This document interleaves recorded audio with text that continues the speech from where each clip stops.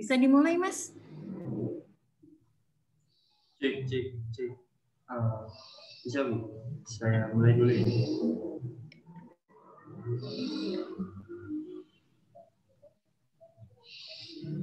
Assalamualaikum warahmatullahi wabarakatuh.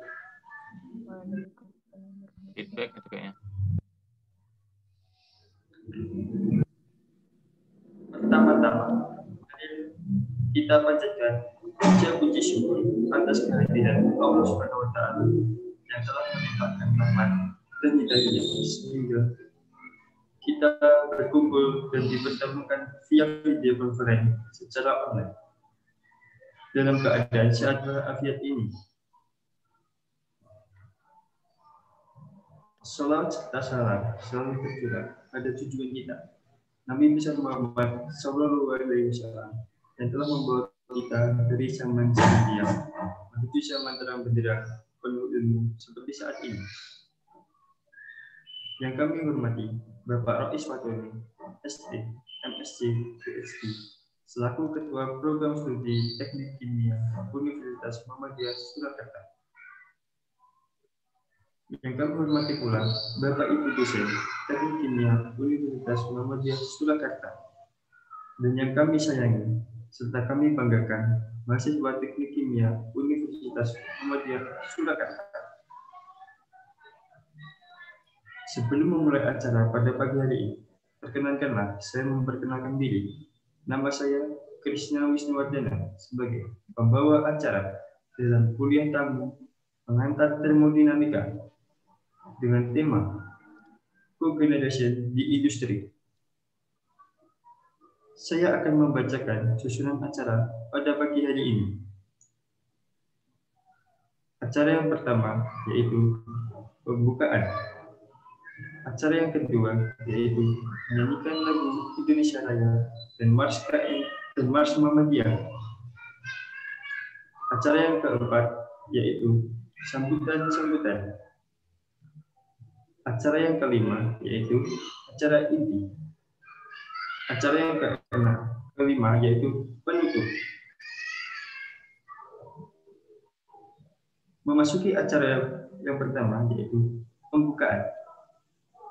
Marilah kita buka acara pada pagi hari ini dengan membaca Bismillah bersama-sama. Bismillahirrahmanirrahim. Memasuki acara yang ketiga yaitu menyanyikan lagu Indonesia Raya dan Mars Muhammadiyah.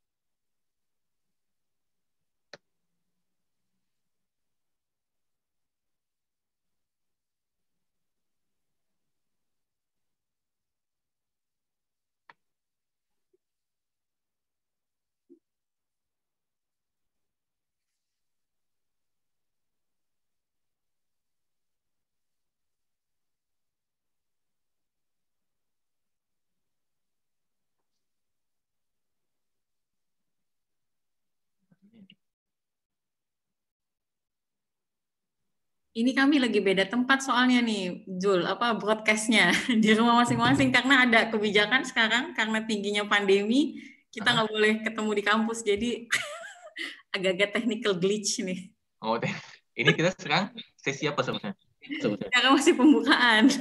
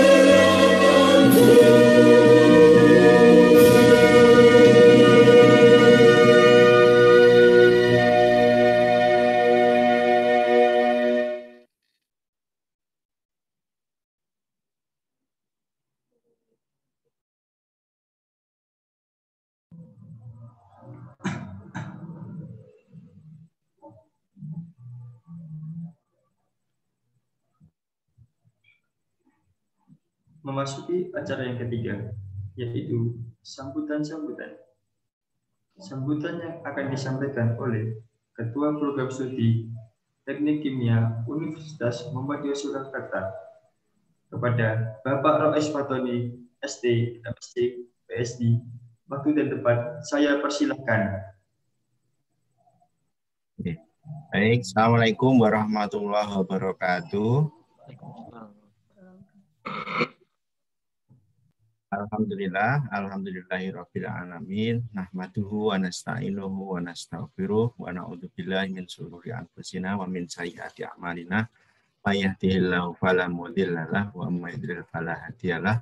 Allahumma shalli ala Muhammad wa ala alihi wa ashabihi ajmain. Amma ba'du. Alhamdulillah, segala puji kita panjatkan kepada Allah Subhanahu wa taala yang pada pagi hari ini memberikan kesempatan, memberikan nikmat, memberikan kesehatan, keimanan, sehingga kita bisa mengikuti webinar lecture series ya yang diadakan oleh program studi teknik kimia. Pada hari ini kita akan mendengarkan pemaparan dari Bapak Zulfan Adiputra ya, dari University Teknologi Petronas ya, Malaysia tentang cogeneration ya.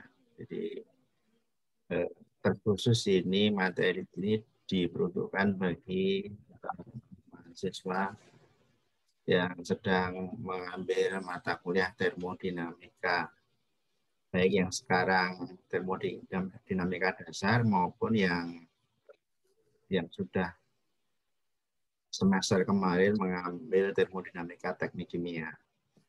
Jadi cogeneration ini adalah salah satu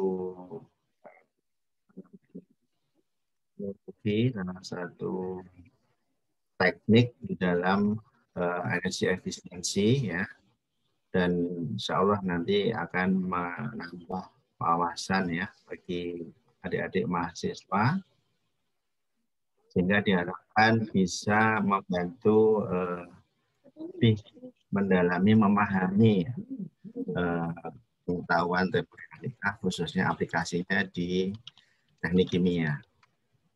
Jadi terima kasih kepada Pak Zulfan Adiputra yang telah bersedia untuk sharing ilmunya pagi hari ini. Semoga Allah Subhanahu wa taala membalas kebaikan barakah.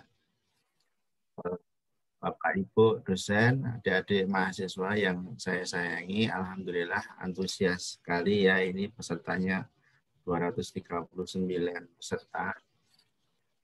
Pandemi COVID-19 ini betul-betul merubah gaya hidup, merubah pola kerja maupun pola pendidikan.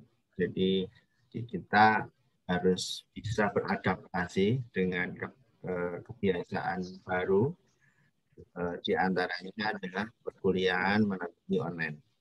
Dan ke depan sepertinya model kuliah online seperti ini akan menjadi kebiasaan baru, the new normal. Hanya dari pihak universitas, dari pimpinan untuk mulai tahun ini sudah mengagendakan secara resmi program kuliah tamu, khususnya menghadirkan para pembicara dari praktisi di industri maupun dari para scholar, para ilmuwan dari ilmu yang sebidang dari universitas top dunia. Ya, jadi Universitas Teknologi Petronas ini masuk universitas top dunia, khusus di bidang petroleum engineering ini masuk top 21 di GS-Star kemarin. Jadi kita sudah menginisiasi ya, terima kasih Bu Nisa, Bu Ira ya yang telah memberikan inisiasi webinar series, menghadirkan dosen-dosen dari luar, dan insya Allah ke depan akan sering seperti ini ya. Jadi mudah-mudahan kita bisa beradaptasi, menyesuaikan dan bisa get the most of it gitu ya. Jadi bisa mengambil manfaat sebanyak-banyaknya dan juga mengenai penyelenggaraan, kemudian teknik pencatatan. Jadi mahasiswa belajar bagaimana mendengar, mencatat, mengulang sehingga ilmunya itu melekat di dalam pikiran dan bisa bertahan lama, sehingga ketika ke depan, ketika di dunia industri akan mendapatkan. Demikian sambutan dari saya ucapkan selamat berkuliah online webinar. Sekali lagi saya ucapkan terima kasih Pak Zulfan atas kerelaannya untuk berbagi ilmu pada pagi hari ini. Saya sekian. Assalamualaikum warahmatullahi wabarakatuh. Waalaikumsalam.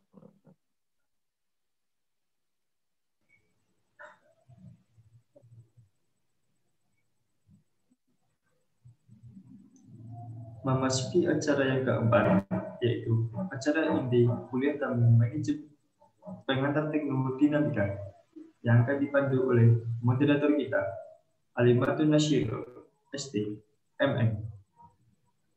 Perkenankanlah saya membacakan kurikulum vitae dari moderator kuliah tamu pengantar termodinamika pada pagi hari ini. Nama, Alimatun Nasyiro. Tempat tanggal lahir, Yogyakarta, 30 November 1992. Riwayat pendidikan, SMA N1, Yogyakarta, tahun 2008 sampai 2011. S1 Teknik Kimia ITB, tahun 2011 sampai 2015. S2 Chemical Process Engineering, University of New South Wales, tahun 2017 sampai 2019. Kepada Ibu Alimatun Nasyiro, STMM, waktu dan tempat saya persilahkan. Oke, terima kasih banyak Krisna. Suara saya sepertinya kedengaran karena tidak ada yang komplain. Sebelum saya memperkenalkan pembicara kuliah tamu kita, saya akan mengingatkan kepada para peserta mengenai peraturan kuliah tamu kita kali ini. Ya, seperti yang kalian lihat, kalian tidak bisa meng-unmute mikrofon kalian sendiri ya, hanya bisa di-unmute oleh host dan co-host, termasuk saya moderator.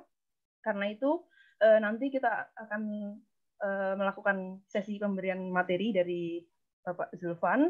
Setelah itu pada sesi tanya jawab, jika ada yang ingin bertanya, harap raise hand ya. Kalian sudah tahu harusnya cara raise hand di Zoom meeting seperti apa. Lalu nanti saya akan meng-unmute kalian supaya kalian bisa buka mikrofon untuk bertanya. Nah, bagi yang tidak ingin bertanya secara langsung dengan mikrofon, mungkin entah karena kalian merasa background suara di tempat kalian berada saat ini sedang sangat berisik, atau karena alasan-alasan yang lain, kalian bisa mengetikkan pertanyaan di chatroom ya, sebagaimana kalian bertanya di diskusi online bersama dosen saat periode perkuliahan dari rumah selama pandemi ini ya, kalian bisa bertanya di chatroom. Nanti saya akan membacakan pertanyaan tersebut pada sesi tanya jawab dengan urutan sesuai pilihan saya ya sebagai moderator. Nah, tata cara bertanyanya, kalian sebaiknya memperkenalkan diri dahulu, yaitu nama kalian dan angkatan kalian. Ya, kalau bisa dituliskan NIM-nya juga lebih baik, karena menurut info dari panitia dan Bu Anissa bahwa akan ada door prize untuk beberapa penanya beruntung ya. Jadi silahkan dimanfaatkan itu. Kalau mau secara anonim juga tidak apa-apa, tapi tidak akan mendapatkan door prize ketika kalau terpilih misalnya. Jadi begitu ya cara bertanya. Kalian bisa bertanya kapan saja kalau di chatroom, bahkan selagi kuliah berjalan, mungkin mumpung sebelum kelupaan pertanyaan apa boleh ditulis di chatroom. Begitu. Ya, sepertinya itu saja peraturannya. Saya mengingatkan sekali lagi, manfaatkan kesempatan ini untuk mendengarkan sebaik mungkin dan bertanya jika ada pertanyaan. Hari Rabu kemarin sebagian dari kalian presentasi di kelas saya dan pertanyaan-pertanyaannya bagus-bagus. Jadi saya tahu kalau kalian sebenarnya kalau memperhatikan itu bisa pasti sebenarnya banyak pertanyaan bagus yang timbul begitu. Oke, selanjutnya saya akan memperkenalkan pembicara kita ya, sudah diungkit sekilas oleh Pak Rois ya. Ini saya merangkumkan kurikulum vitae beliau yang sangat panjang ini. Oke, jadi Bapak Zulfan Adi Putra, ST MSc PDN yang berkesempatan dan berkenan untuk mengisi kuliah kita kali ini. Beliau ini adalah seorang pria kelahiran Medan pada tahun 1982. Kemudian beliau menyelesaikan pendidikan sarjana teknik kimia ya sebagaimana yang sedang kalian tempuh saat ini waktu itu di Institut Teknologi Bandung pada tahun 2000 sampai 2005. Jadi beliau adalah kakak angkatan saya, 11 angkatan di atas saya. Oke, kemudian pada tahun 2007 beliau mendapatkan gelar Master of Science in Process Integration and Plant Engineering dari University Teknologi Petronas di Malaysia. Ya, selepas dari itu beliau melakukan berbagai proyek industri dan bekerja di beberapa perusahaan di Belanda ya, cukup lama di Belanda dari tahun 2009 hingga tahun 2016, baik sebagai process engineer, development engineer maupun sebagai konsultan. Nah, beberapa proyek pekerjaan beliau ini memang banyak berkaitan dengan optimasi proses, perancangan proses, pengembangan proses dan evaluasi kinerja proses, termasuk juga salah satu optimasi dan pengembangan yang dilakukan adalah mengenai heat integration dan efisiensi energi, sehingga beliau ini sudah sangat berpengalaman mestinya untuk menyampaikan materi cogeneration saat ini. Ini sudah sesuai dengan yang dialami semasa pekerjaan dan risetnya. Nah, sambil bekerja di Belanda, beliau juga mendapatkan profesional doctorate in engineering, yaitu semacam S3 tapi untuk kalangan profesional dari TU Eindhoven dalam bidang proses and product design. Kemudian sejak 2016 hingga sekarang beliau dari Belanda berpindah ke Malaysia, tetap tinggal di Malaysia sekarang. Beliau bekerja 3 tahun sebagai dosen di alma maternya, yaitu University Teknologi Petronas, sebelum kemudian kembali ke industri ya. Jadi mungkin memang panggilan Bapak Zulfan di industri. Kembali ke industri di Petronas Group Technical Solutions ya, bagian proses simulation and optimization. Nah, meski demikian beliau ini masih menjadi adjunct lecturer di University Petronas, mengajar perancangan pabrik, modelan, dan juga termodinamika 1. Kali pada tugas rancangan pabrik. Jadi kalian ada di yang nantinya juga akan melakukan tugas rancangan pabrik dan juga tugas kerja praktek. Pembicara kita kali ini beliau adalah narasumber yang sangat kaya wawasan dan kaya informasi bagi kalian, bahkan termasuk juga bagi kalian mahasiswa di semester-semester awal yang mungkin masih meraba-raba ya, butuh insight, selayang pandang mengenai apa sih keterkaitan mata kuliah dasar yang saat ini kalian pelajari dengan aplikasinya di industri, termasuk mata kuliah termodinamika yang kalian pelajari saat ini atau sudah kalian pelajari semester lalu. Ya, sekian yang saya sampaikan sudah mengenai Pak Zulfan Adi Putra, mengenai untuk mengenal lebih lanjut beliau, mengenal ilmu beliau, terutama di bidang cogeneration ini, saya persilakan kepada Bapak Zulfan untuk menyampaikan materinya. Ya, terima kasih Ibu Ira dan Pak Rois. Assalamualaikum warahmatullahi wabarakatuh. Saya share screen ya. Screen saya computer sound as well.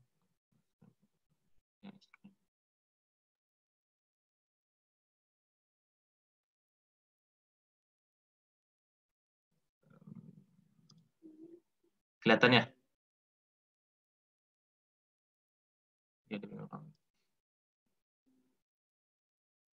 Kelihatan ya? Ya, kelihatan. Oke. Ya, sekali lagi, Assalamualaikum warahmatullahi wabarakatuh.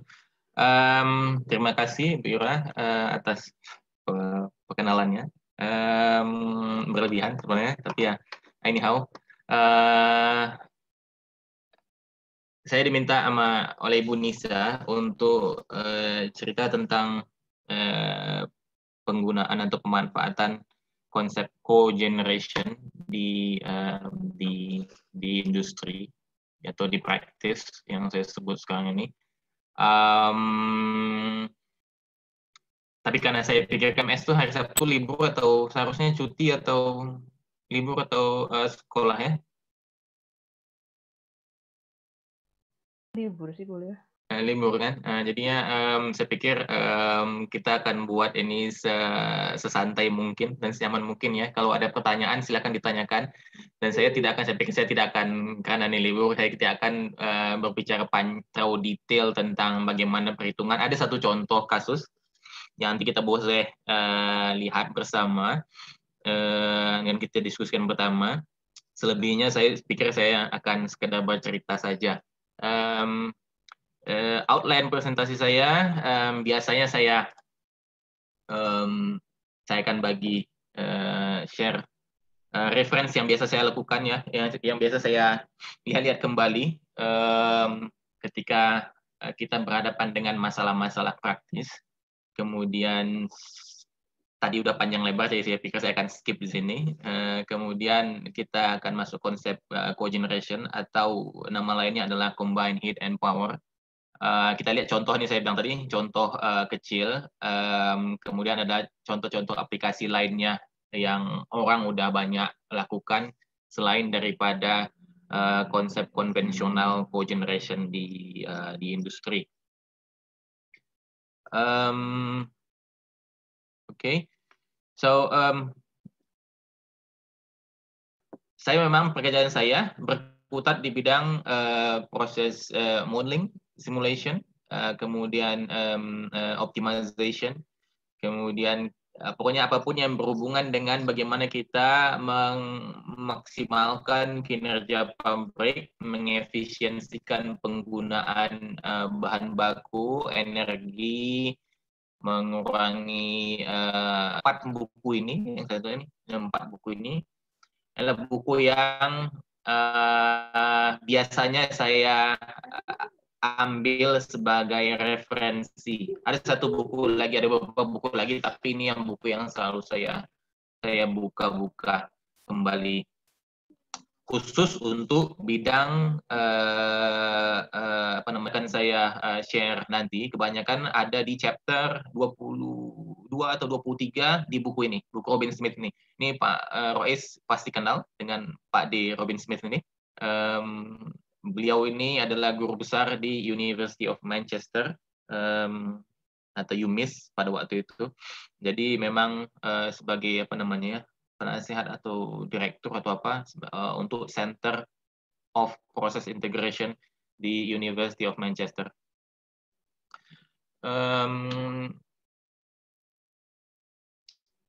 Saya punya YouTube tentang modeling dan simulation. Dan also in heat integration, jadi bisa dilihat. Dan saya juga punya, maksudnya selain dari yang tadi telah disebutkannya, setiap hari Kamis malam sekitar jam di Indonesia jam untuk WIP itu jam 8:30, di Malaysia 8:30, di WIP 8:30. Memang ada sesi Skype untuk anak-anak mahasiswa UTP atau yang juga udah lulus dari UTP tentang bagaimana menggunakan atau melakukan proses simulasi.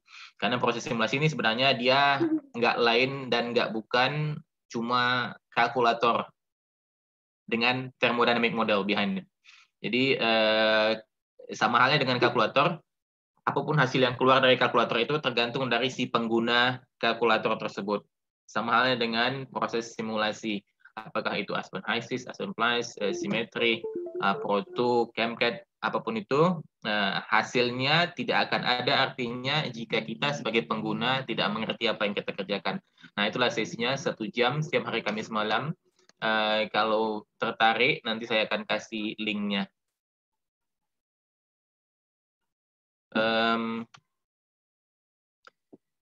Nah, sekarang kebetulan saya kerja di Malaysia. Di Twin Tower. Jadi kalau teman-teman yang pernah pergi ke Malaysia, ini kita ada di sini ya. Tadi saya barusan Google. University Muhammadiyah Surakarta, kemudian Kuala Lumpur di sini City Center Malaysia. Saya asalnya dari Medan, kemudian saya pergi ke Bandung. Mertua saya pun ada di Bandung. Jadi kalau saya pergi ke Indonesia, Idul Adha atau Idul Fitri atau di hari-hari lainnya, kalau nggak ke Bandung ya ke Medan. Di Kuala Lumpur sendiri mereka terkenal dengan yang mereka sebut sebagai Twin Tower. Saya pikir teman-teman semua sini udah tahu lah yang namanya Twin Tower. Ini Tower 1, ini Tower 1, ini Tower 2, ini Tower 3. Ya, jadi bukan 1, 2, 3, tapi 1, 2, 3. Jadi agak-agak terbalik. Nggak tahu saya kenapa, tapi seperti itulah adanya. Jadi seharusnya saya bekerja di level 16 Tower 3. Level 16 Tower 3 itu sekitar di sebelah sini kalau nggak salah.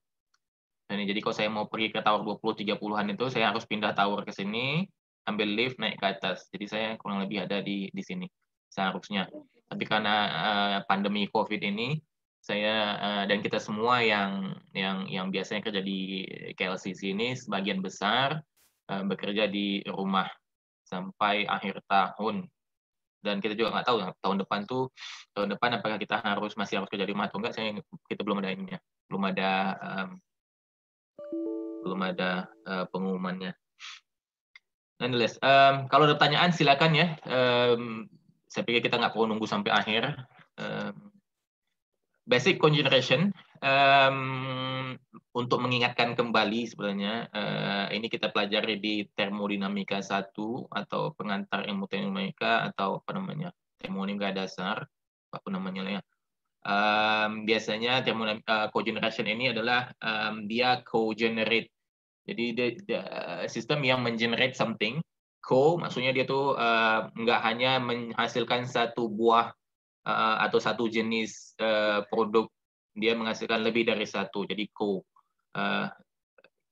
secara spesifik ini masuk cogeneration. Cogeneration di sini adalah sistem yang bisa menghasilkan heat atau calor, bahasa Indonesia calor kan, bukan panas. Heat atau calor, pada saat yang bersamaan sistem ini juga menghasilkan electricity atau listrik. Jadi typically ini saya ambil di ini ya. Nanti teman-teman bisa cari di energy.gov di website ini. Typically kita ada boiler, kemudian ada air, kemudian kita gunakan fuel untuk memanaskan air, menghasilkan uap. Nah, uap ini, steam ini tadi kita lewatkan ke steam turbine.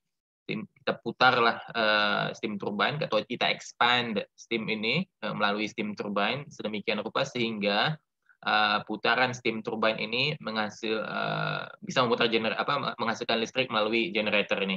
Nah, listrik ini sendiri digunakan untuk building, grid, segala macamnya. Kemudian steam yang di-expand tadi itu, tergantung seberapa jauh kita expand-nya. Nanti kita lihat di mulia diagram. Tergantung seberapa jauh kita expand, kita masih bisa menghasilkan steam lain dengan tekanan yang lebih rendah atau air panas atau hot water. Di Indonesia kita nggak terlalu perlu air panas, tapi di negara-negara yang di subtropik ya, subtropik baik di utara ataupun di selatan, karena mereka mengalami pergantian musim, jadi air panas itu cukup penting untuk menghangatkan rumah. Nah, jadi kalau nggak steam, ya steam atau air panas ini bisa digunakan sebagai heating mostly atau cooling biasanya. Kalau kita punya air panas, mungkin kita gunakan air panas ini sebagai media pendingin untuk sesuatu yang lebih panas lagi, yang temperatur yang lebih tinggi lagi. Untuk heating ini bisa digunakan di building ya, dua buah produk yakni electricity, listrik, dan heating medium atau ya media pemanas. Satu contoh lain adalah bisa juga menggabungkan antara steam gas turbine dengan discovery steam generator. Jadi di gas turbine ini kemudian dia akan memutar generator ini untuk menghasilkan electricity sama Kemudian exhaust gas dari yang fuel yang kita bakar ini kita lewatkan ke satu unit bernama heat recovery steam generator atau heat recovery unit. Ini kurang lebih sama seperti boiler tadi, cuma namanya fuel gas pipeline itu ada di dalam boiler ini. Sementara air masuk ke dalam boiler dan dipanaskan. Kalau yang ini fuel dibakar dalam engine, kemudian fuel itu sendiri di-expand untuk memutar turbin ini. Kemudian hot exhaust gas, jadi temperatur exhaust gas di sini bisa kita bayangkan ya, temperatur exhaust gas di sini tentunya lebih rendah daripada temperatur pembakaran di boiler. Masuk akal ya? Kemudian makanya namanya di sini juga bukan boiler, tapi kita sebut sebagai heat recovery karena kita mau mengambil heat atau merecover heat dari exhaust gas ini yang datang dari gas turbine. Kemudian air ini kita masukkan dalam sini untuk dipanaskan, jadi ada banyak pipa yang di dalamnya terdapat flue gas, sehingga flue gas itu didinginkan atau diturunkan temperaturnya. Jadi energi itu masuk ke dalam air berubah menjadi steam atau air panas, yang kemudian akan dikirimkan ke building atau facility atau pabrik. Inilah dua konsep dasar kurang lebih cogeneration. Oke, saya ada video, let's see ya, videonya dari GE salah satunya, mereka banyak menghasilkan turbine sebagai ininya, apa namanya, tunggu ya,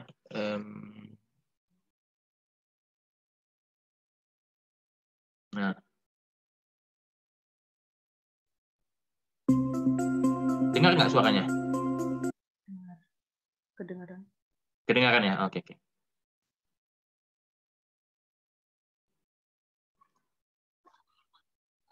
Hello everyone, my name is Jackie, and I will be your guide throughout the plant tour. Does anyone know what a combined cycle power plant is all about?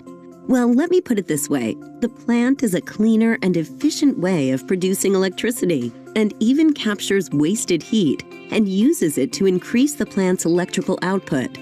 Now please follow me and let's move towards our first stop. In front of us, you can see a gas turbine.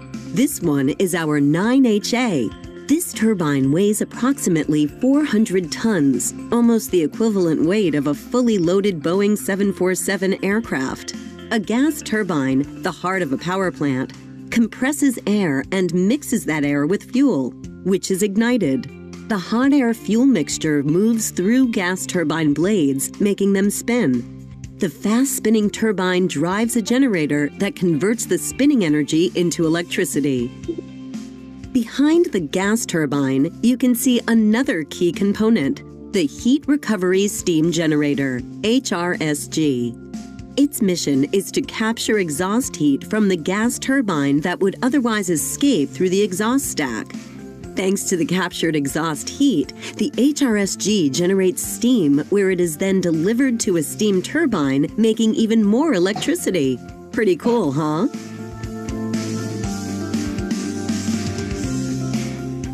We are now approaching our next stop, the steam turbine. Can you see those huge bundles of pipes running out of the HRSG? It is the main steam piping, which brings high temperature and high pressure steam from the HRSG to the steam turbine.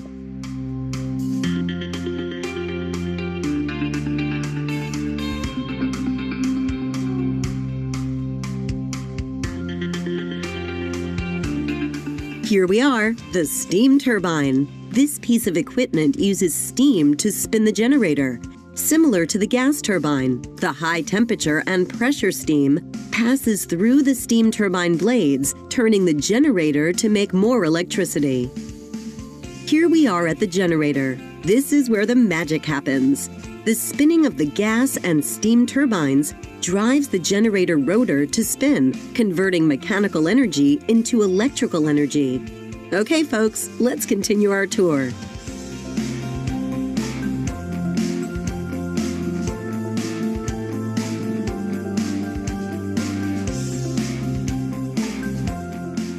Running out from the generator is the bus duct, which conducts generated electricity from the generator to a transformer, enabling the electricity to be sent to the power grid, to which we connect our home, schools, businesses, pretty much everything. The last stop of our plant tour is the control room. Everything you just saw is being monitored and controlled in real time, right from this very building. Farewell. Well, folks, this wraps up our tour of GE's combined cycle plant. It was a pleasure having you here, and we hope you enjoyed the experience. See you next time you flip on a light switch.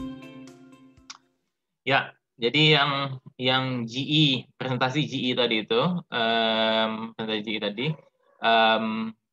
dia menggabungkan antara gas turbine yang kita punya di sini, ya, kalau masih ingat, gas turbine, kemudian dia gabung gas turbine ini, dia gunakan heat recovery steam generator, dan di heat recovery steam generator ini mereka bisa menghasilkan high pressure steam, ya, steam bertekanan tinggi. Nah, steam bertekanan tinggi ini kemudian bisa di-expand melalui steam turbine seperti ini. Jadi di sini adalah high pressure steam, ya, kemudian bisa di-expand seperti apa namanya?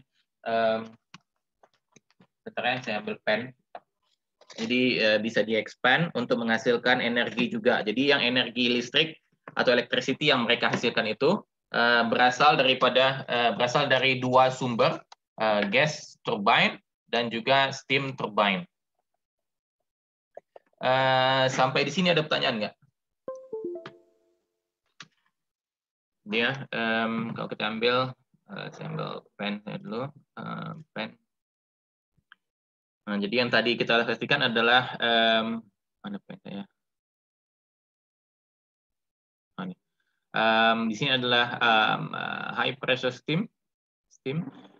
Kita expand, jadi di sini adalah low pressure steam atau condensate atau ya condensate untuk yang hot water, yang low pressure steam biasanya adalah steam. Dari high pressure steam ini kita hasilkan electricity dan steam daya panas ya. Kemudian kalau yang di sini untuk yang si gas engine ini high temperature. Nah, heat recovery steam generation di sini kemungkinan besar adalah dia menghasilkan medium pressure atau low pressure. Tapi kalau dia bisa menghasilkan recovery steam, dia cuma menghasilkan medium pressure atau high pressure steam. Nah, ini high pressure steam ini bisa di-expand kembali, menghasilkan electricity dan juga steam ke sistem. Jadi yang GE punya gas turbine dan juga steam turbine. Di dalam pabrik kimia atau pabrik refinery atau pabrik industri proses lah ya, industri proses, typically biasanya kita punya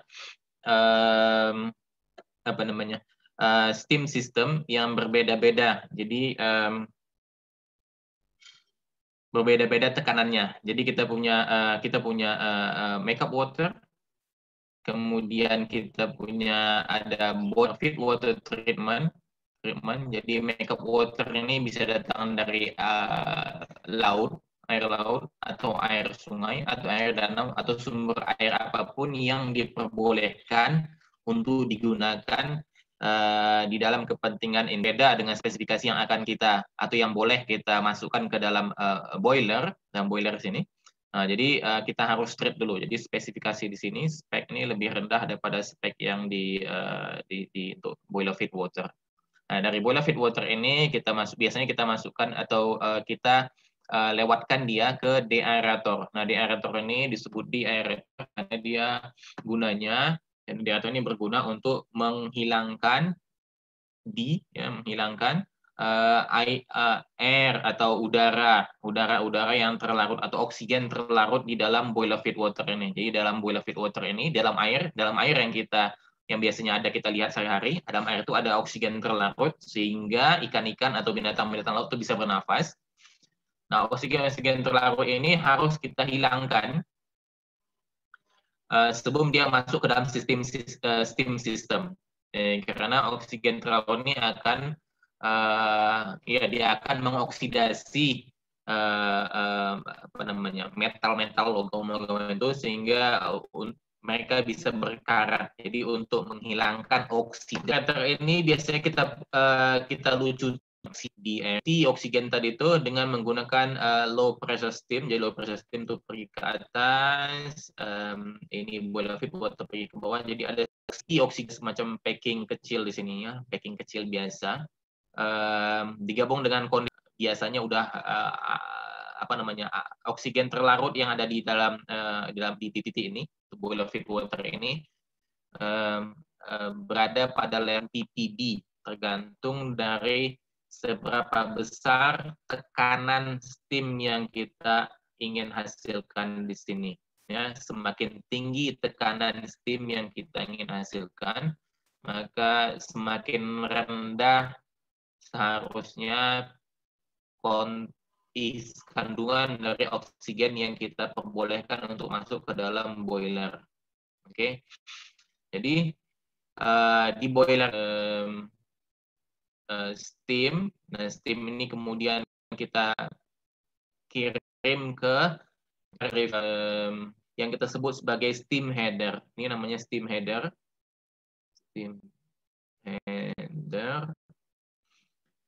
Nah, di steam header ini tergantung dari keperluan pabrik ya. Di contohnya ini, steam header nomor 1 ini kita sebut sebagai high pressure steam, sekitar 41. Nomor 1 yang kita sebut sebagai back pressure turbine, yang ini. Jadi steam diambil sebagian, kemudian dia akan digunakan untuk memutar turbine untuk menghasilkan electricity.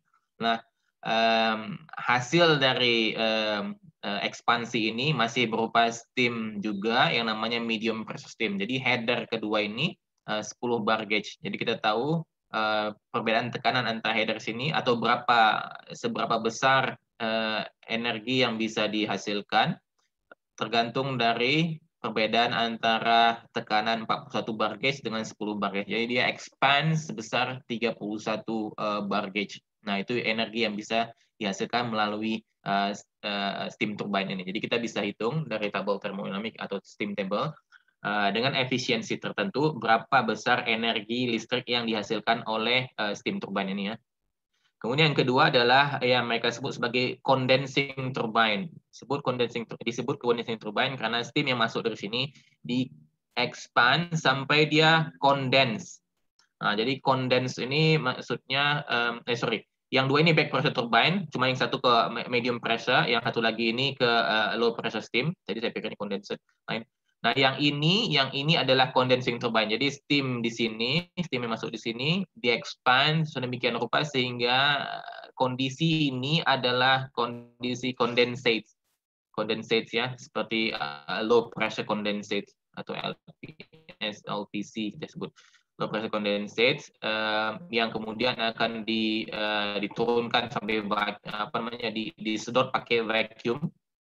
Jadi kurang lebih dia biasanya temperatur di sini kurang lebih sekitar 105 sampai 110 derajat Celcius. Kemudian inilah kita ada lihat steam turbine, back pressure turbine untuk dari high pressure ke medium pressure.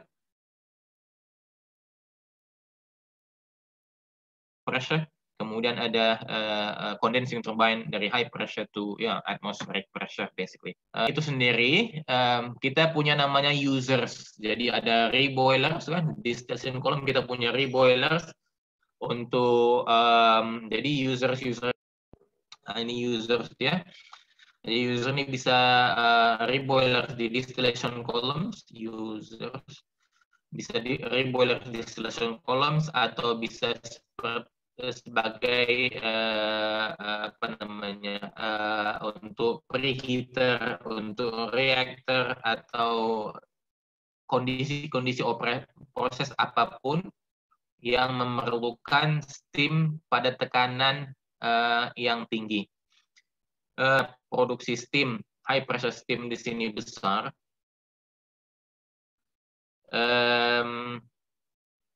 sementara consumer dari high pressure steam tuh ini satu ya.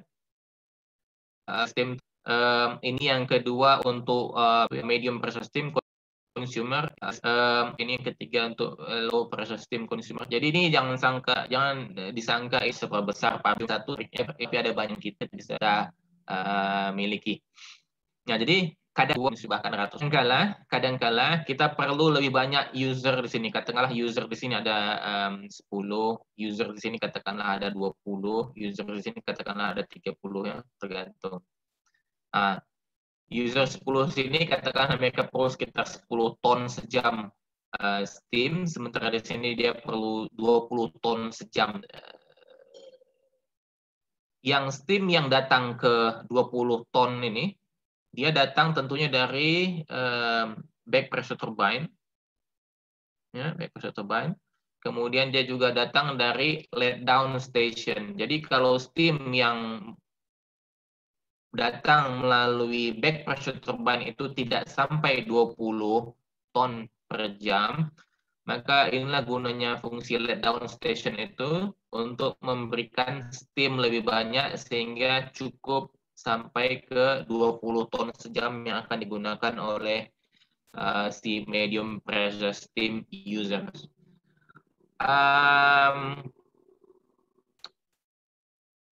Satu lagi, ini gunanya si let down station ya. Demikian juga halnya dengan untuk yang let down station, kalau consumer di sini lebih banyak daripada apa yang bisa diberikan oleh back pressure turbine yang di sini, makanya kita perlu tambahan dari let down station. Satu feature lain adalah di high pressure steam, kali ini masih high pressure steam ya, tentunya condensate yang kita hasilkan ini steam trap, basically di steam trap. Jadi steam ada dari sini ke atas, ini steam, yang dari ini ke bawah itu adalah condensate, ini steam, ini condensate.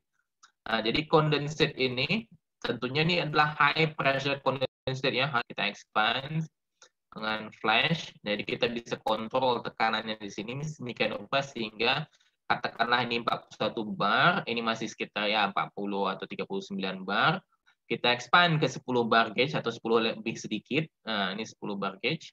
Dia akan menghasilkan steam tambahannya, dia akan flash. Nanti kalau teman-teman bisa hitung dari kondisi ini katakanlah 40 bar gauge, dia expand ke 10 bar gauge.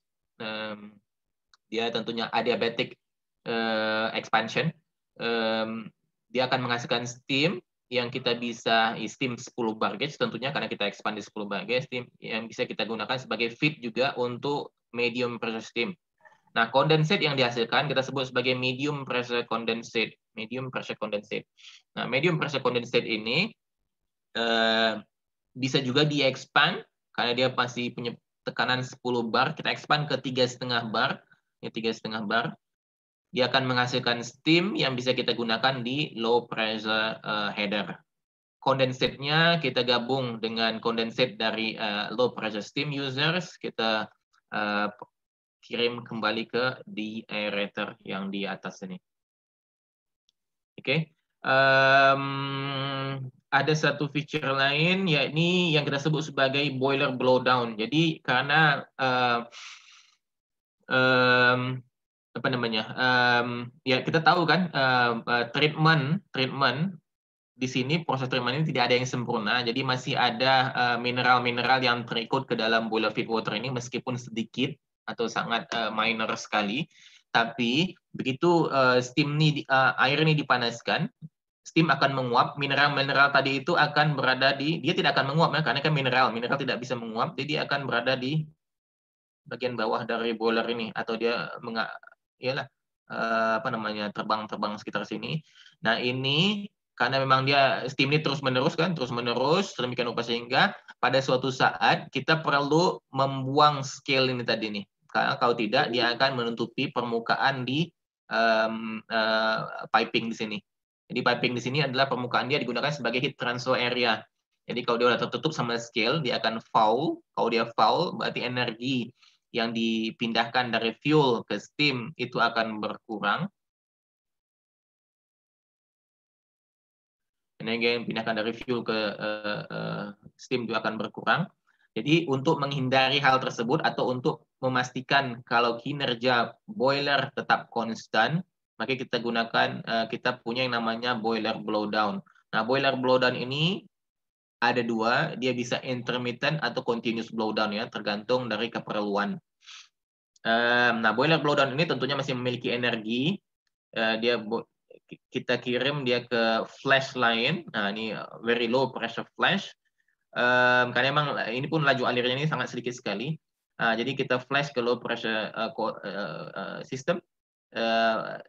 Steam yang dihasilkan bisa digabung dengan low pressure steam header, tapi yang mineral-mineral tersebut dan kondensatnya pergi ke ya kita turunkan temperaturnya sehingga kita bisa buang ke sewer atau ke wastewater treatment.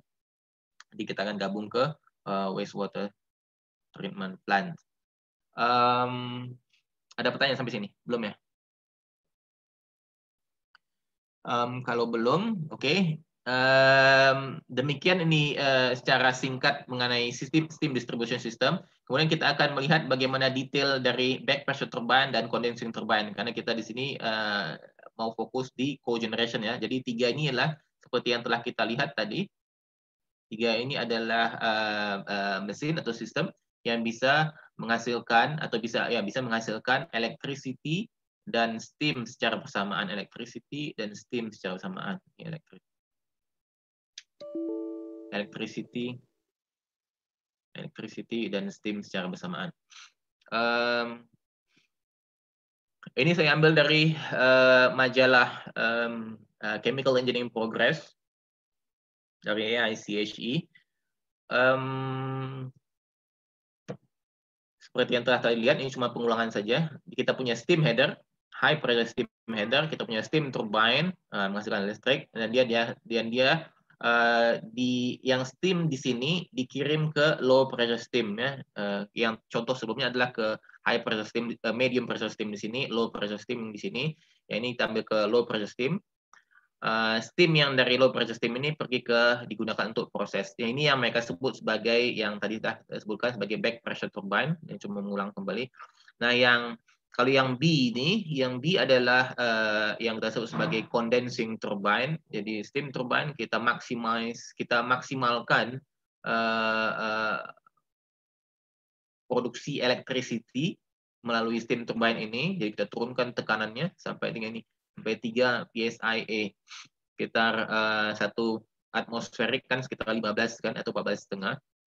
Ini sekitar 3, jadi sekitar 1/5 dari atmosfer itu, jadi sekitar 0,2 bar absolut. Nah, jadi 0,2 bar absolut ini lebih rendah daripada 1 bar absolut atau lebih rendah daripada 1 atmosferik. Jadi kita perlu vacuum untuk menarik steam ini keluar dari steam turbine. Nah, ini disebut sebagai apa yang disebut sebagai condensing turbine. Ya, intinya cuma condensing turbine kita memang benar-benar condense completely, kita kondensasi secara keseluruhan steam yang kita expand. Kalau back pressure turbine kita tidak kondensasi dia secara keseluruhan, kita cuma turunkan tekanannya dari tekanan yang tinggi, ya tekanan tinggi ke tekanan yang rendah. Nah, jadi kita menghasilkan steam, sementara itu namanya back pressure turbine. Tapi kalau condensing turbine dia benar-benar condense. Yang ketiga yang C adalah yang mereka sebut ya, bisa combine ya. Jadi ada dua stage di dalam steam turbine ini, ada 2 stage. Jadi stage pertama dia adalah back pressure turbine menghasilkan steam. Yang stage kedua adalah condensing turbine. Ya, ini adalah yang mereka sebut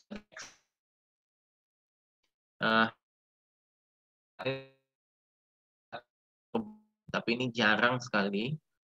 Jadi dia ada juga apa namanya partition di sini, kita bisa menghasilkan partition. Ya kita bisa dari proses, karena proses kita terkadang ya, ini proses kita adalah consuming energy consumers. Ini juga consumers. Nah, yang ini proses di sini dia secara net dia adalah producer steam. Nah, jadi dia menghasilkan energi Alih-alih dari mengkonsumsi energi, proses kita adalah menghasilkan energi, katakanlah, berarti kita punya very high exothermic reaction. Jadi kalau kita reaksi eksotermik kita sangat tinggi, exothermic energi yang dihasilkan dari reaksi ini, kita bisa menghasilkan steam. Nah, jadi steam yang dihasilkan ini bisa dikirim ke low pressure steam header, yang mana ketika high pressure steam ini bisa digunakan untuk yang low pressure steam users juga ya, users. Dan juga sebagian pergi ke steam turbine. Jadi yang dari yang bagian ini kita lihat dari sini tadi, bagiannya adalah mengconvert dari high pressure steam ke low pressure steam. Tapi low pressure steam di sini mendapat tambahan dari low pressure steam yang kita hasilkan dari low pressure steam dari proses. Low pressure steam di sini jadi flow rate dia lebih banyak daripada low pressure steam yang datang dari sini. Yang low pressure steam ini pula yang kombinasinya ini dia gunakan untuk menghasilkan energi listrik yang ditarik dengan vacuum sebagai condensing turbine. Jadi ini yang disebut sebagai induction turbine, tapi ini less common. Biasanya meskipun kita ada net, meskipun kita proses kita memang ada producer, ada consumer, tapi biasanya proses itu lebih banyak mengkonsum energi daripada secara total mengkonsum energi lebih banyak daripada menghasilkan energi. Ini Mollier diagram, atau kita sebut biasanya kalau di buku-buku termodinamika dia ada bagian appendix, ditunjukkan dalam bentuk, kalau nggak Mollier diagram saja, kita juga bisa melihat dia dalam bentuk steam table saja, atau dua-duanya ya, tergantung buku yang kita acu, yang kita miliki. Saya lebih suka menggunakan Mollier diagram atau gambar ini, karena kita sebagai engineer, kita cuma bisa melihat gambar, kita tidak pandai membaca. Jadi ya kita cuma bisa melihat gambar ya. Ini adalah enthalpy. Cuma mengulang aja ya, saya yakin teman-teman sini juga udah pernah sudah tahu. Enthalpy dia digunakan sebagai BTU per pound, tapi kita biasa gunakan unit sebagai kilojoule per kilogram. Ini adalah entropi BTU per pound Fahrenheit, kita biasanya gunakan kilojoule per kilogram degree C. Pressure yang hijau, nah ini adalah hijau, ini pressure. Dia dalam PSIG kita biasa gunakan sebagai bar. Kemudian temperature ini yang orange, yang ini pressure. Yang ini yang orange ini adalah temperature-nya, temperature. Hijau pressure, orange temperature. Yang merah ini adalah yang kita sebut sebagai saturated steam line atau ya saturation line. Jadi kalau kita pergi dari daerah ini, dari hijau ini ke sini, ini kita sebut sebagai saturated steam line. Tapi kalau kita pergi dari daerah sini ke sana, ini kita sebut sebagai saturated water. Sedikit confusing, tapi karena untuk ini kan diagram fasa untuk satu komponen. Jadi typically untuk satu komponen, untuk satu line ini, untuk satu komponen ini bisa mengambil dua arti atau dua makna. Yang pertama adalah dew point. Jadi dew point adalah titik embun ya, di mana pada awalnya dia berupa vapor, berfasa vapor, kemudian kita turunkan temperaturnya atau kita turunkan tekanannya, ya, kita turunkan temperaturnya. Berarti kalau ini yang hijau kan tekanan. Jadi kalau kita turunkan tekanannya, berarti kita pindah dari yang hijau ini ke hijau berikutnya, katakanlah di sini ya. Nah, kalau kita turunkan temperaturnya, berarti kita turunkan temperaturnya dari yang orange ini ke orange satu lagi. Jadi kita turunkan temperaturnya ke saturation line ini. Nah, kalau kita bergerak ke arah sini sampai ke titik ini namanya titik dew. Tapi kalau kita punya kita punya air dari titik bawah ini, kita naikkan temperaturnya ke atas. Nah, titik ini kita sebut sebagai bubble point. Ya, jadi cuma ada satu titik. Jadi dew point itu satu komponen ini, dew point dan bubble point itu satu value. Oke. Nanti untuk termodinamika lanjut atau termodinamika teknik kimia, kita akan belajar dew point dan bubble point itu adalah dua hal yang berbeda. Kemudian yang ini, yang biru adalah saturation line. Jadi maksudnya 97% ini adalah 97% vapor. 3% lagi adalah liquid. Ya, jadi kita tinggal tambahkan 3%, kita naikkan lagi temperaturnya, kita kasih energi lagi ke air tersebut sehingga dia bisa menghasilkan 100% atau 3% yang liquid tadi ini berubah menjadi 100% vapor.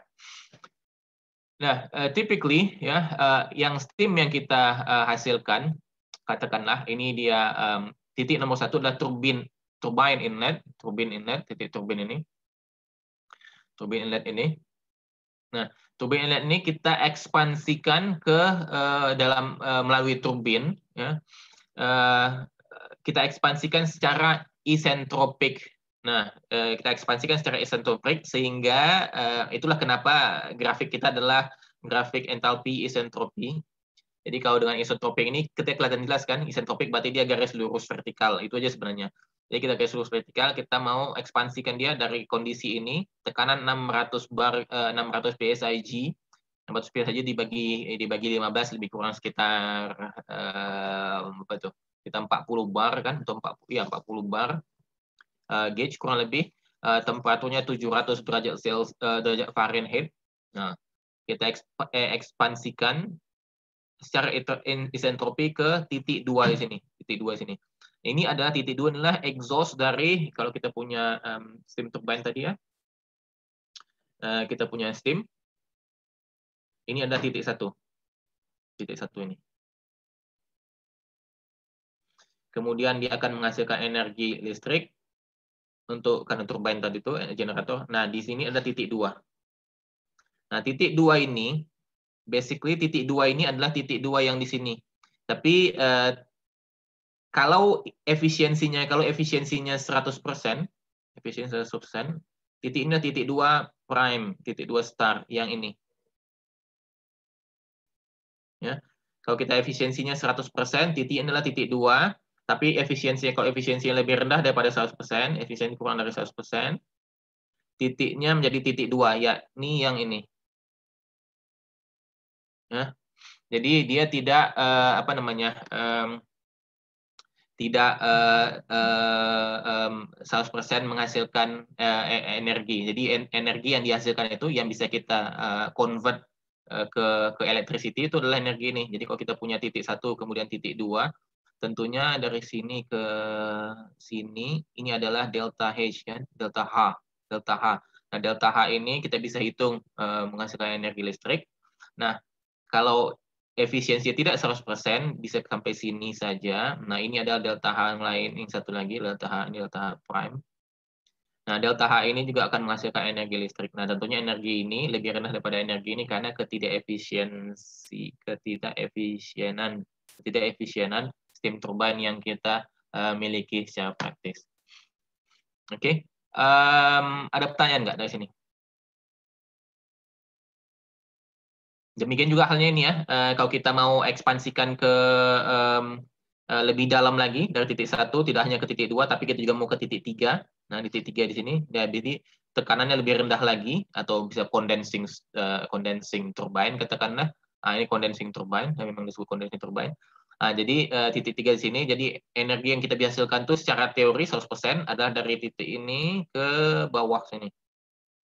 Nah, itulah delta H atau delta H yang kita bisa gunakan untuk menghasilkan energi listrik. Tapi kalau dia tidak efisien, dia cuma berada pada sampai titik sini saja. Delta H. Ini star. Oke. Nah, itulah gunanya si diagram Molière ini. Jadi kita bisa secara visual kita bisa melihat apa hubungan atau di mana kita pada titik ini. Kita ada di mana, kita bisa map kan posisi kita di Molière diagram ini, dan kita bisa juga tahu kita akan kemana, ya.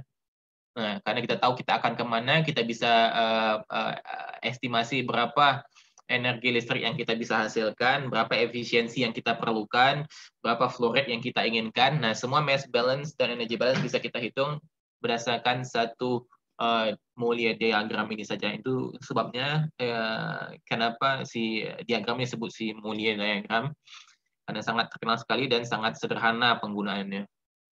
Nah,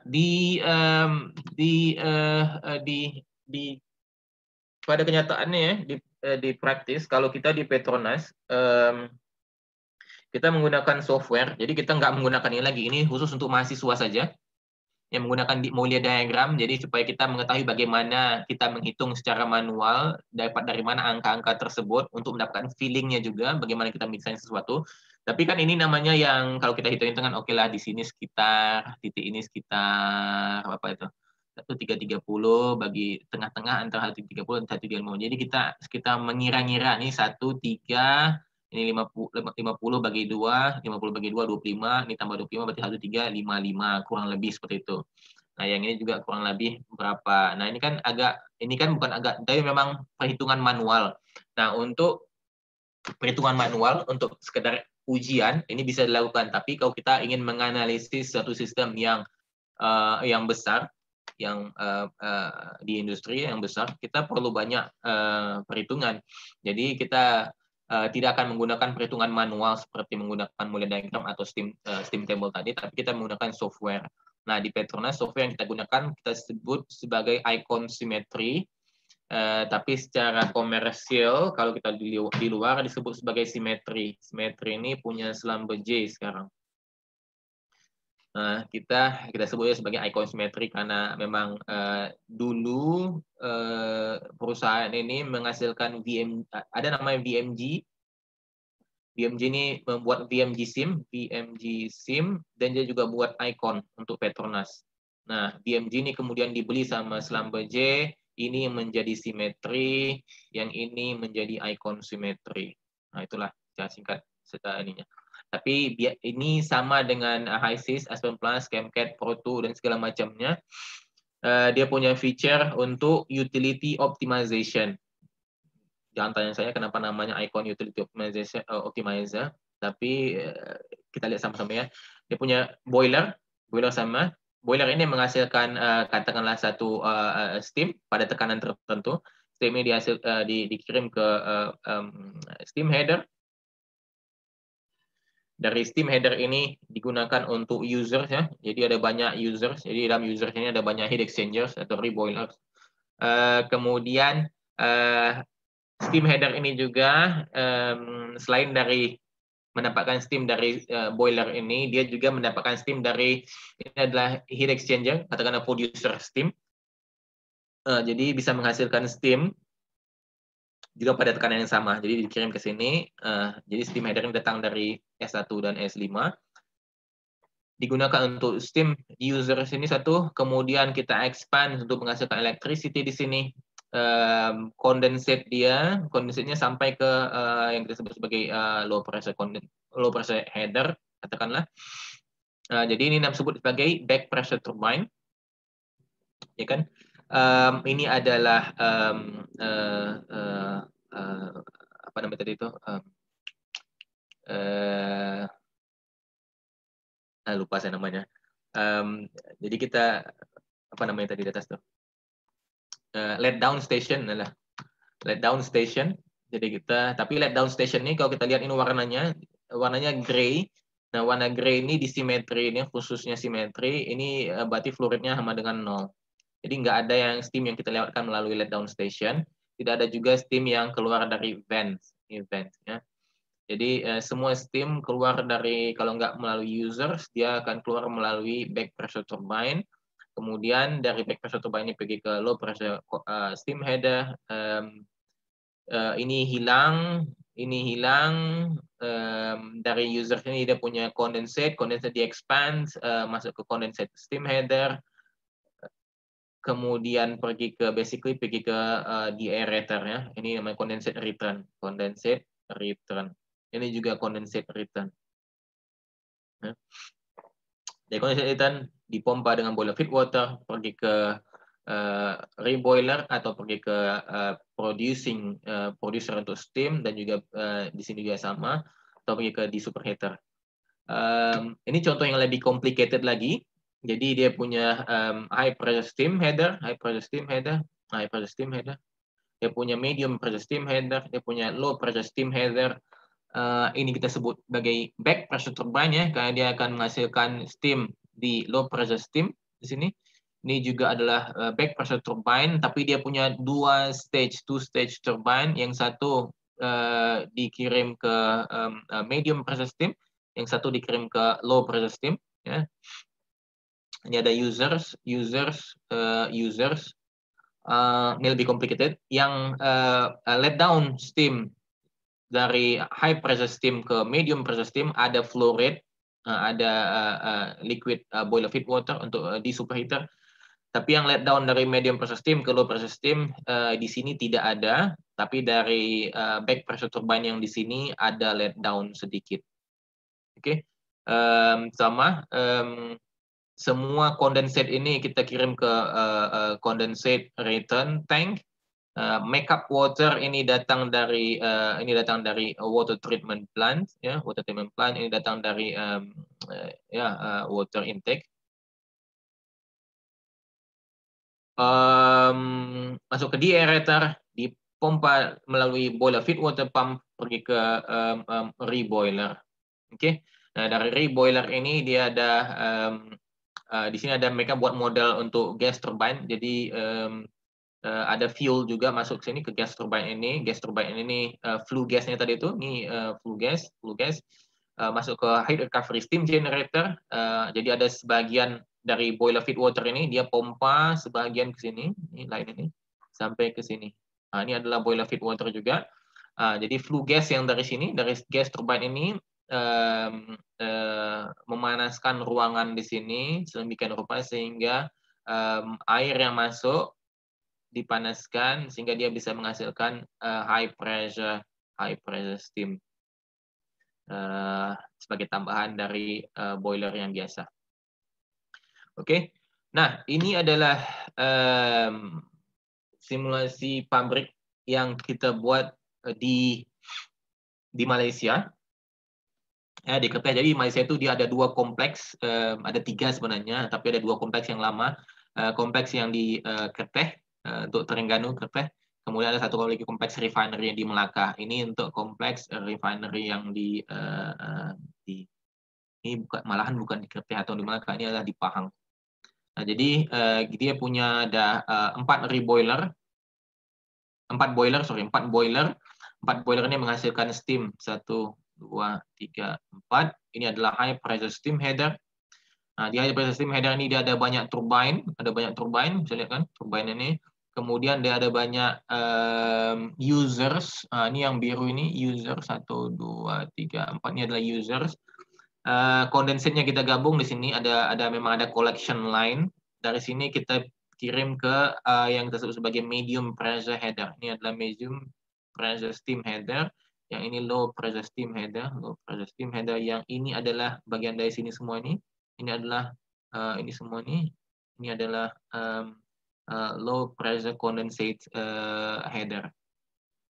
Oke. Nah, jadi ada banyak turbine ada di bagian high pressure steam, turbine juga ada di bagian medium pressure steam, ada users juga di medium pressure steam. Di bagian low pressure steam kita ada banyak users juga. Semua steam ini kita collect, gabung menjadi di aerator. Ada makeup water di sini, ini makeup water. Kemudian kita ada 2 pompa boiler feed water. Satu pompa boiler feed water ke di superheater, ke yang let down station ini, Satu pompa lagi digunakan untuk pergi ke primarily pergi ke boiler.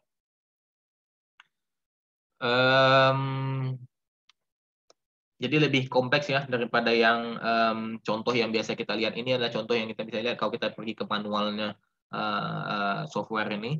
Saya ambil sebagai contoh sederhana supaya lebih visible. Kalau ini adalah contoh yang sebenarnya di mana kita memodelkan steam system untuk satu pabrik yang yang memang real life. Ada pertanyaan nggak? Oke, inilah tipikal mahasiswa Asia Tenggara kita ini ya. Saya malu bertanya. Supaya nggak terlalu bos. Ada pertanyaan. Gimana saya bisa lihat pertanyaannya? Di chat ada yang japri saya juga sih, kayaknya ya tadi malu. Kalau ada pertanyaan silakan aja Mbak. Tahu Jadi ini saya udah terlalu bosan rasanya kan. Oke, ini pertanyaannya.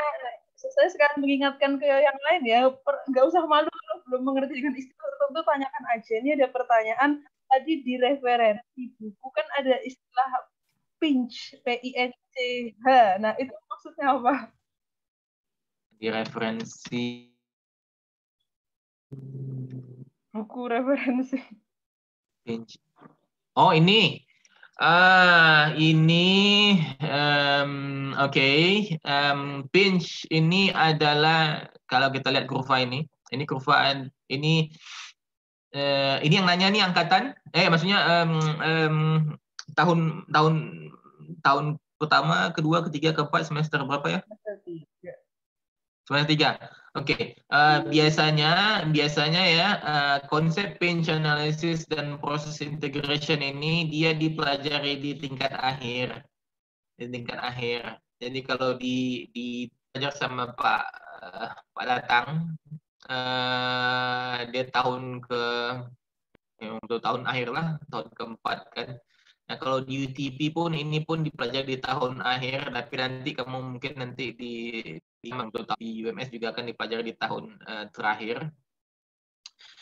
Jadi di pabrik kita tahu stream yang perlu energi, kita gabung jadi satu. Inilah yang perlu energi. Kita bisa gambar dalam satu line.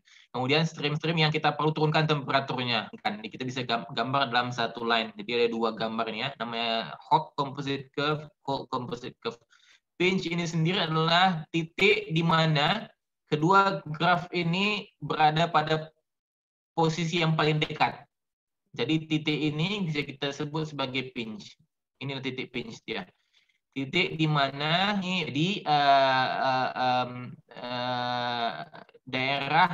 daerah di sini, daerah dari sini, daerah overlapping adalah daerah di mana kita bisa menggunakan panas atau kalor dari proses kita sendiri. Jadi kita tidak perlu boiler, kita tidak perlu hot oil system, kita tidak perlu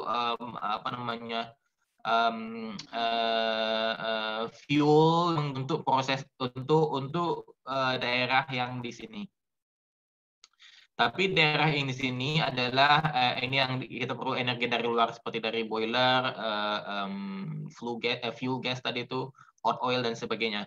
Nah daerah yang ini, yang daerah sini, ini adalah yang kita pergi kirim ke cooling tower biasanya atau refrigeration. Ya, ini nanti mungkin Ibu Nisa akan mengundang saya kembali untuk bicara tentang ini, itu nanti kita pikirkan. Ini adalah topik terpisah. Ya, tapi secara singkat, pinch adalah titik di mana dua kurva ini berada pada posisi yang paling dekat. Pertanyaan yang berikutnya, Mbak.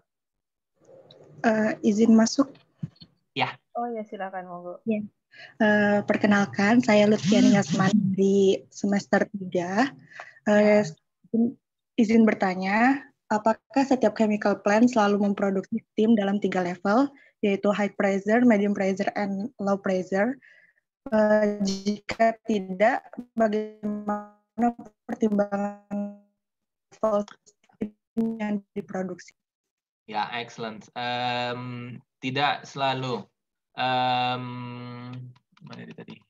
Ini ya. Tidak selalu ya, Mbak. Untuk sistem seperti ini, untuk membangun sistem seperti ini, kita tentunya perlu uang kan. Nah, dari pabrik, tunggu ya.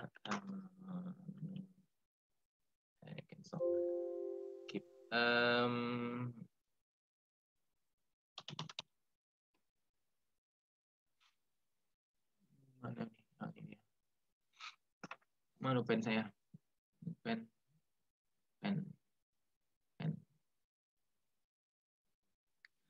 Jadi secara singkat kita membuat dari A ke B. Ini ada reaktor, kemudian ini ada unit lain. Ini adalah pabrik. Nah, dari pabrik ini, dari desain pabrik yang kita punya ini, kita ada nanti namanya stream yang kita perlu naikkan temperaturnya. Ini kita sebut sebagai cold stream. Atau stream juga satu lagi stream yang kita inginkan turunkan temperaturnya sebagai hot stream. Nah, dari yang dua ini kita gunakan untuk membuat nama yang tadi itu yang pinch analysis tadi itu. Ini ada temperatur, ini adalah enthalpy. Jadi kita punya dua kurva. Nah, dari pinch analysis ini kita tahu berapa yang boiler yang kita perlukan, berapa cooling tower yang kita perlukan. Nah, dari boiler yang kita perlukan ini, kita bisa tahu utility-nya berapa megawatt lah katakannya ya. Nah, kemudian dari kurva ini juga kita bisa buat ini namanya composite curve. Saya memberikan terlalu banyak term yang mungkin belum cocok untuk tingkat 3, tapi nonetheless sebagai pengenalan lah ya, karena memang semua ini terkait satu sama lain. Ini namanya composite curve, yang ini namanya grand composite curve. Jadi ada dua kurva seperti ini kurang lebih. Nah, jadi kurva ini adalah yang B tadi ini, yang B di sini sama. Ini adalah yang cooling tower tadi ini sama yang ini ya, sama. Nah, yang ini saya ambil merah. Nah, jadi dari kurva ini, gunanya kurva ini kita bisa mendesain utility system kita. Jadi kita katakanlah kita punya steam di sini, high pressure steam, ini medium pressure steam, ini low pressure steam. Itu satu option. Kita bisa juga gunakan mana warna hijau. Nah, kita bisa juga gunakan, oke lah, saya nggak mau high pressure steam, medium pressure steam, low pressure steam, saya mau high pressure steam sampai sini. Tapi saya punya expander di sini untuk menghasilkan electricity. Kemudian saya punya low pressure steam di sini. Jadi ada banyak variasi dua tekanan yang berbeda. Ada juga yang orange bisa ada 3 tekanan, ada bisa ada banyak lah ya, ada bisa 1 tekanan, kemudian dia expand, letak sini, expand, dia akan hasil electricity, dari sini kita punya low pressure steam. Kurang lebih seperti itu. Jadi, dolar atau rupiah. Nah, ya, dan nilai ini, kalau kita ikuti alur ini, semua datang dari reaktor, pabrik, kebutuhan energi yang kita perlu buang atau kita perlu ambil, kemudian kita desain utility system kita lewat GCC ini.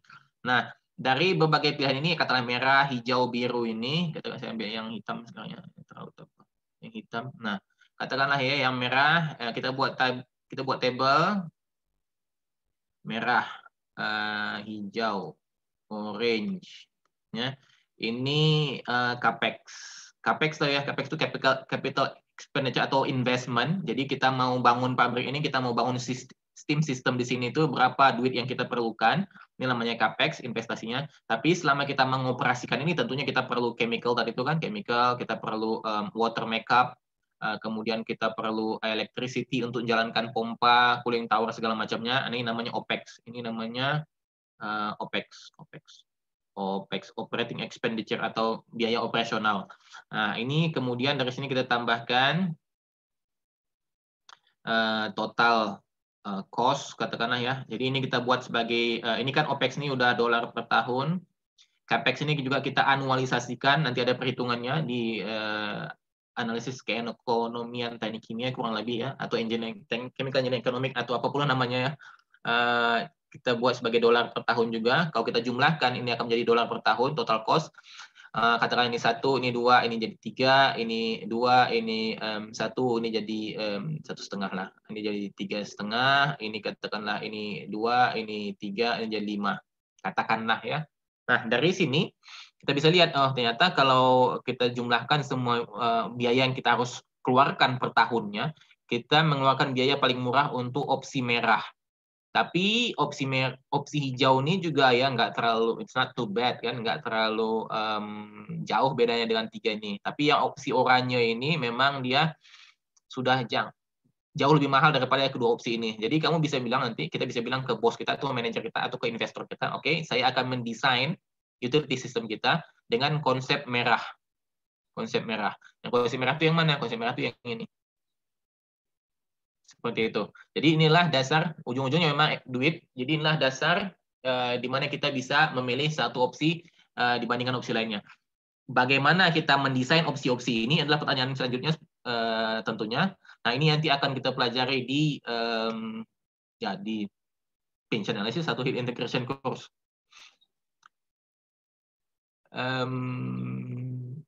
Jelas enggak? Kalau enggak jelas saya ulangi. Ya, izin masuk sudah cukup jelas. Terima kasih banyak Pak atas jawabannya. Sama-sama.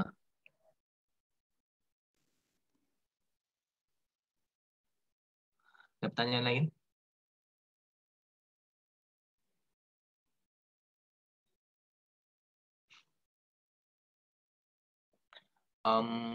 Oke. Kalau nggak ada pertanyaan lain ya? Ada sih pertanyaan terakhir. Mungkin ini bisa jadi pertanyaan terakhir sebelum foto dan ditutup ya. Jadi ada yang bertanya, jawab di saya karena takut salah sepertinya. Jadi ini kombinasi dua pertanyaan, tapi ya saya gabung saja. Jadi apakah cogeneration itu pasti melibatkan air dengan sumber air tadi seperti danau dan air danau, air laut, lalu kemudian itu kan karena untuk menggunakan steam.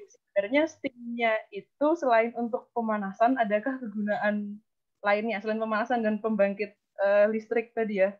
Usersnya itu apa saja sih selain contoh-contoh yang melibatkan pemanasan seperti itu? Oke. Contoh yang melibatkan pemanasan. Ini, oke, saya buat Ctrl N.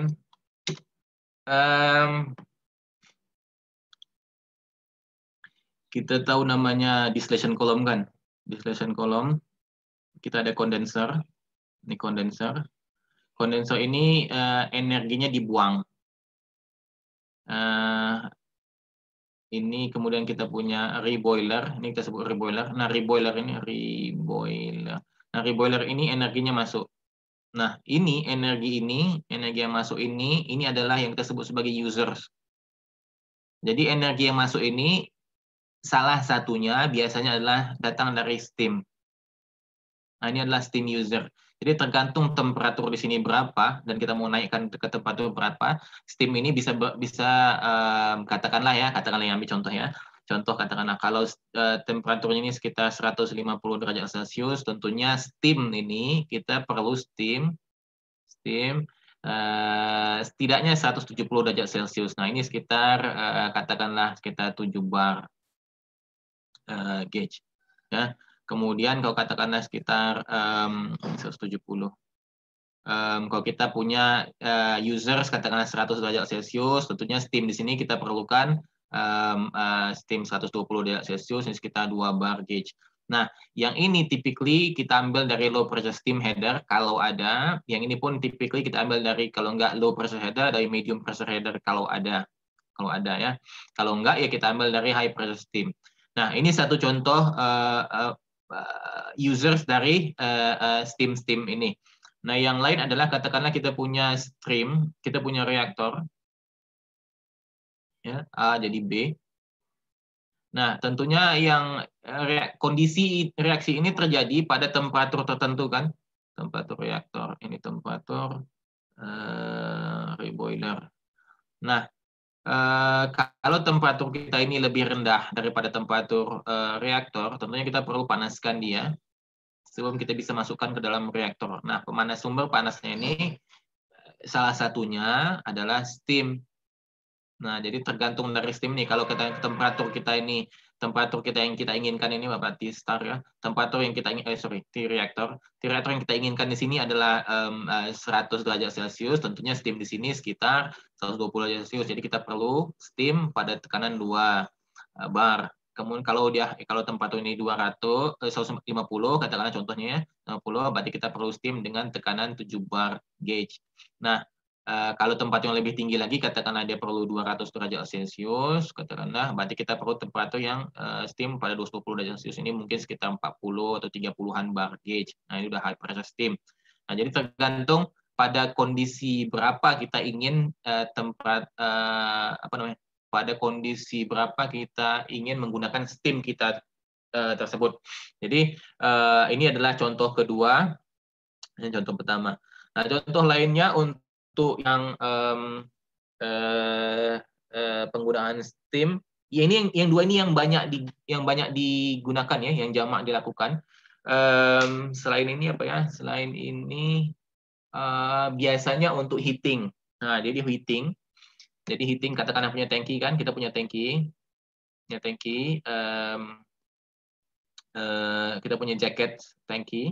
Nah, kita katakanlah kita nggak mau temperaturnya ini turun dari ini harus lebih besar dari 50 derajat Celcius katakanlah ya. Karena kalau dia turun dari 50 derajat Celcius mungkin akan terjadi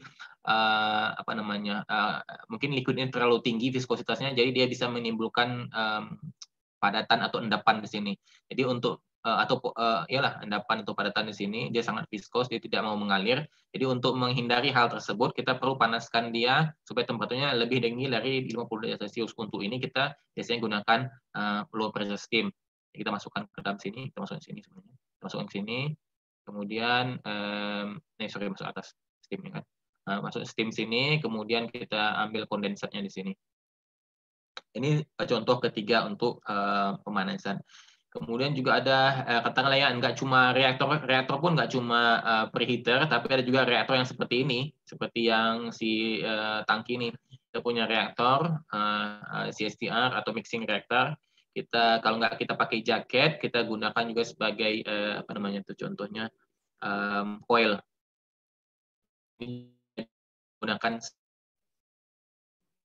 ini udah contoh ke-4 atau 5. Kemudian penggunaan steam apa lagi ya? Biasanya untuk cleaning juga, untuk cleaning katakanlah kita perlu satu unit equipment, unit equipment ini katakanlah ya, yang pernah saya lihat itu dia ada sentrifugasi.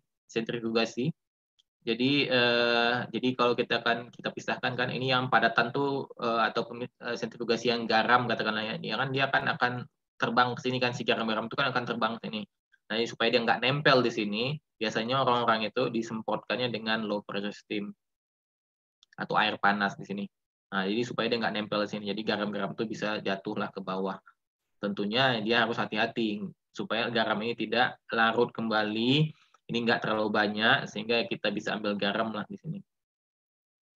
Ini contoh kesekian. Jadi ada banyak sebenarnya. Yang paling penting yang diingat adalah atau difahami adalah kita punya satu kondisi di mana kita memerlukan kita ingin menaikkan temperatur kondisi tersebut. Nah, untuk itu kita perlu heating medium. Salah satunya adalah steam di sini. Tergantung dari temperatur yang kita inginkan ya. Menjawab atau enggak ya? Sudah menjawab sudah.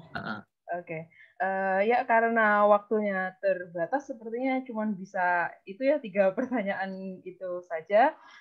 Terima kasih banyak pada Pak Zulfan Adiputra yang sudah sharing cerita-cerita dan menjawab pertanyaan-pertanyaan anak-anak. Sebelum kita akhiri, sepertinya panitia diinstruksikan untuk mengambil screenshot gambar ya, Raihan sama Krishna tadi. Mungkin bagi para peserta boleh open cam bagi yang punya yang punya webcam, karena nggak semuanya punya. Ya.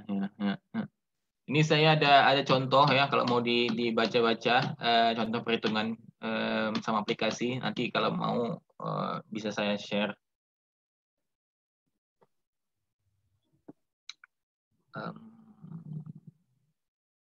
Oke.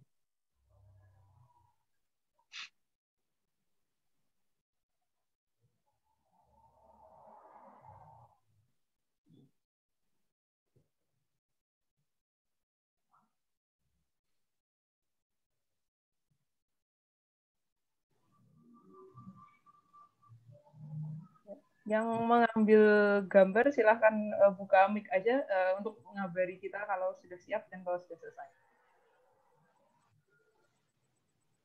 Teman-teman dimohon on kamera dulu ya.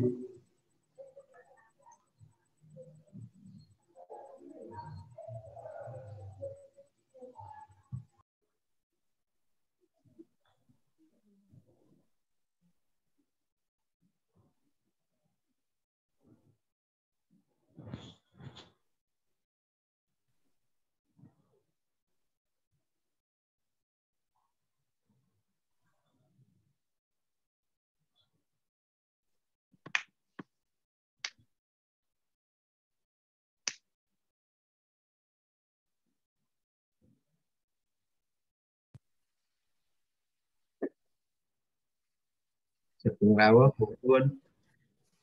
Sama-sama. Terima kasih Pak Ronis.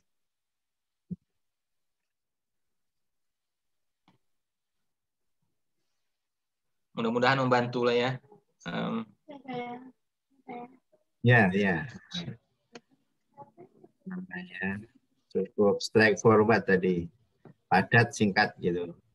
Nah, ini nanti tugasnya saya, Bu Nisa, Bu Lia, kebanjiran pertanyaan tadi kan, mengenalkan term tadi. Udah lagi Zulfan aja, Pak. Nanti forward ke saya aja nanti kalau enggak.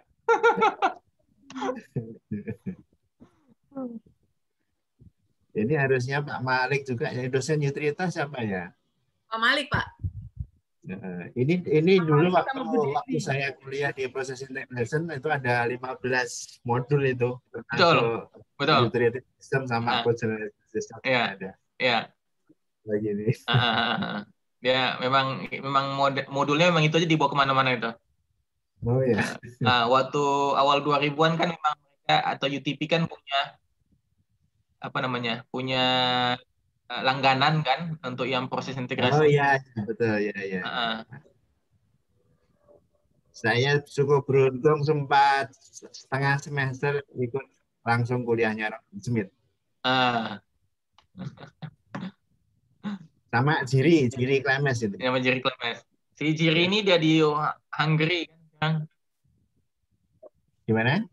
Jiri ini udah di Hungaria sekarang. Oh, di Hungaria ya. Oh, ya. Kalau si Jin Cook waktu itu junior ya. Jin Cook, junior kan ya. Baru lulus juga kan, dia 90-an kan. Nah, di Hanyang University Korea. Korea ya? Ya. Mari silahkan di foto Mas siapa tadi? Krisna sama Iya, Pak. Terima kasih teman-teman yang on-cam. Yuk kita mulai fotonya. 1, 2, 3.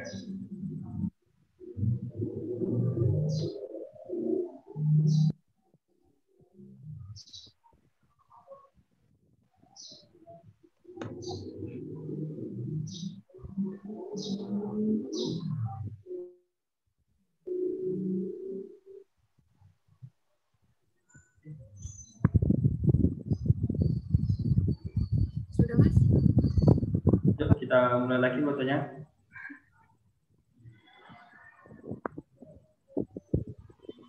1, 2, 3. Oke. Sudah sesi fotonya. Oke, terima kasih sekali lagi atas penyampaian materinya. Terima kasih juga bagi yang sudah memfoto. Saya kembalikan ke MC untuk ditutup.